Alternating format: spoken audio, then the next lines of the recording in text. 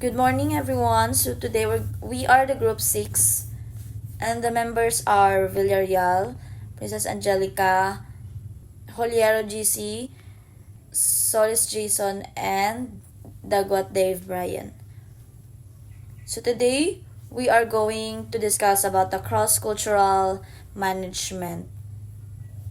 So under this topic is we have understanding cultural differences and their impact on business, cross-cultural communication and negotiation strategies, and lastly, leadership and management in a global context. So let's start with understanding cultural differences and impact on business.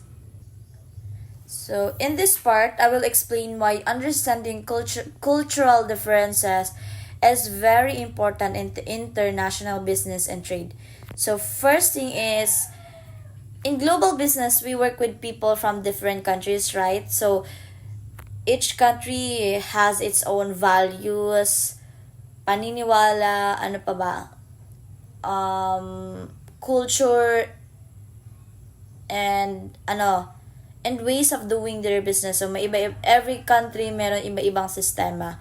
So if we don't understand these differences or yung pagkakaiba ng every country, it can cause mistakes, misunderstanding, and even failed partnerships. So if you're going to work with other country, kailangan po ninyong intindihin yung kultura nila, yung paniniwala nila, yung values nila, ano pa ba.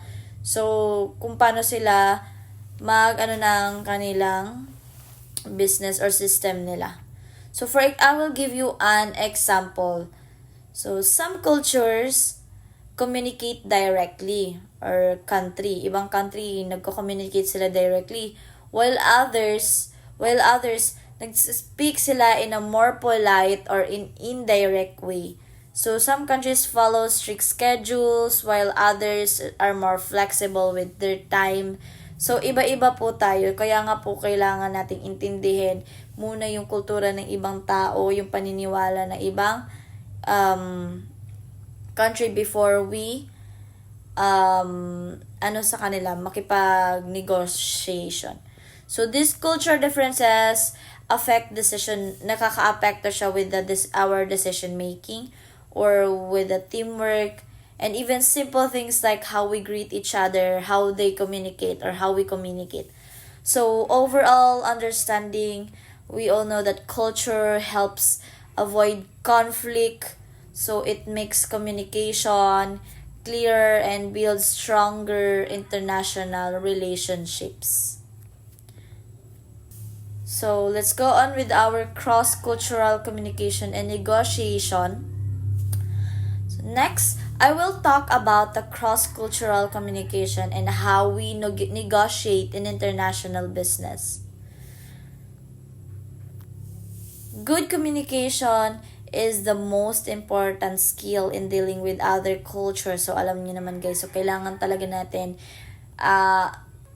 natin yung good communication for us to communicate, makipag-usap sa iba't ibang tao. Not just in dealing with those business, but in socialized, guys. So we must use simple and clear language.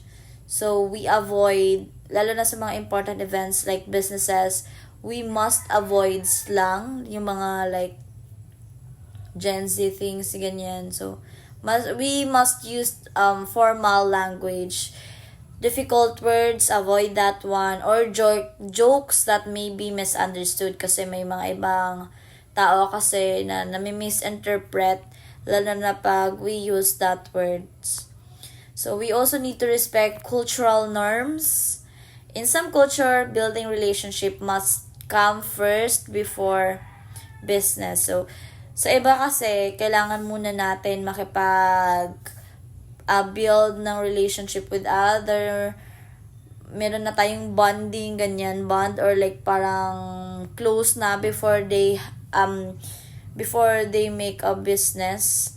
So in other cultures, they want to start business. In other, gusto nila immediately business na agad. So, iba-iba talaga guys. So, we need to understand every culture, every country.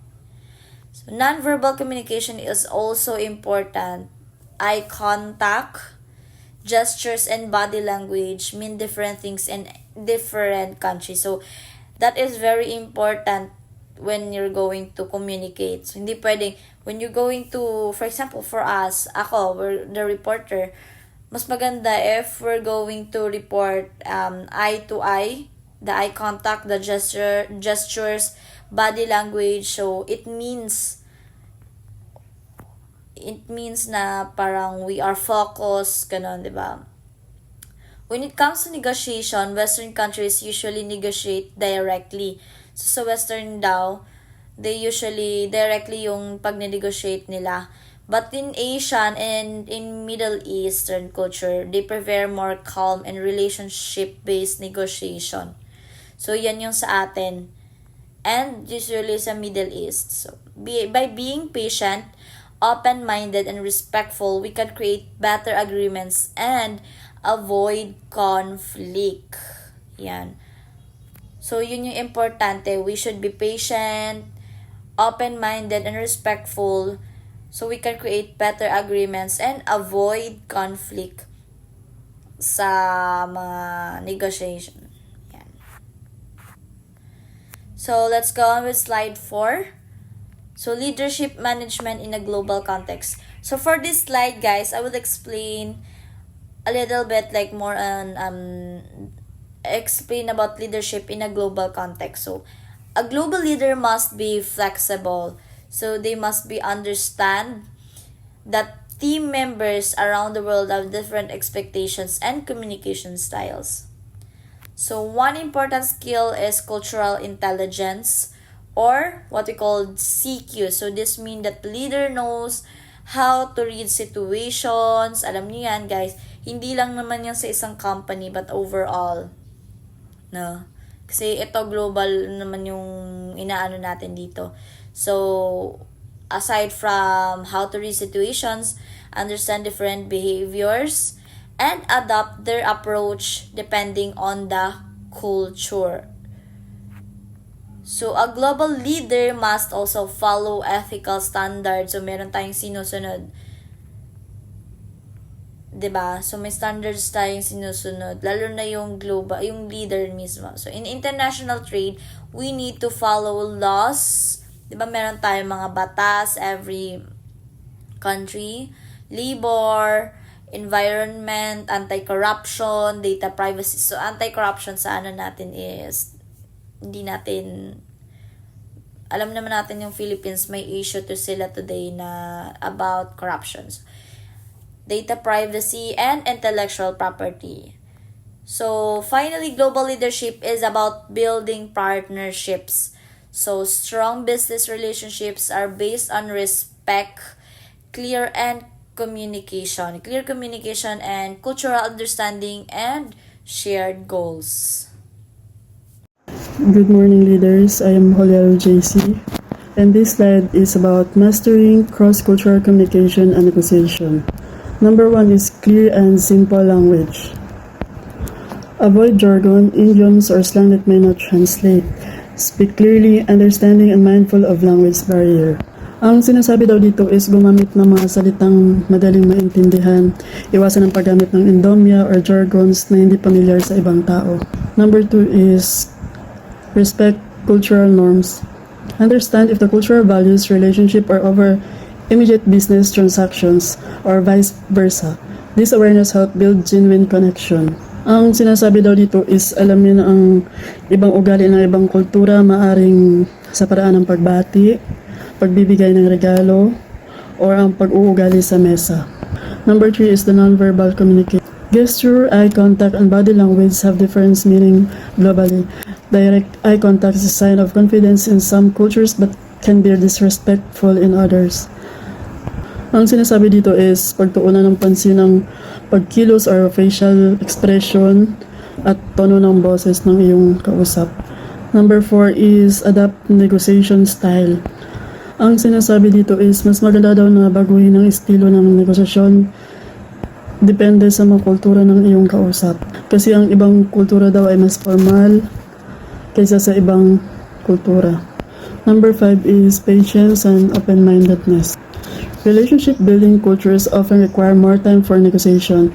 Patience demonstrates respect and lead for more robust long-term international partnership. Ang sinasabi dito is mas mabuti daw kung may presensya at pag-unawa sa ibang kultura. Maging open-minded sa iba't ibang pananaw dahil dito makakatulong sa buong dahil daw dito is makakatulong sa pagbuo ng tiwala at pagiging successful ng negosasyon. Next is leading global teams, a blueprint for success. Para daw maging successful ang pagpapatakbo ng may iba't ibang miyembro galing sa iba't ibang bansa, kailangan Next is leading global teams, a blueprint for success. In a globalized marketplace, leader must cultivate a flexible approach that recognize and respect diverse cultural expectations within their teams.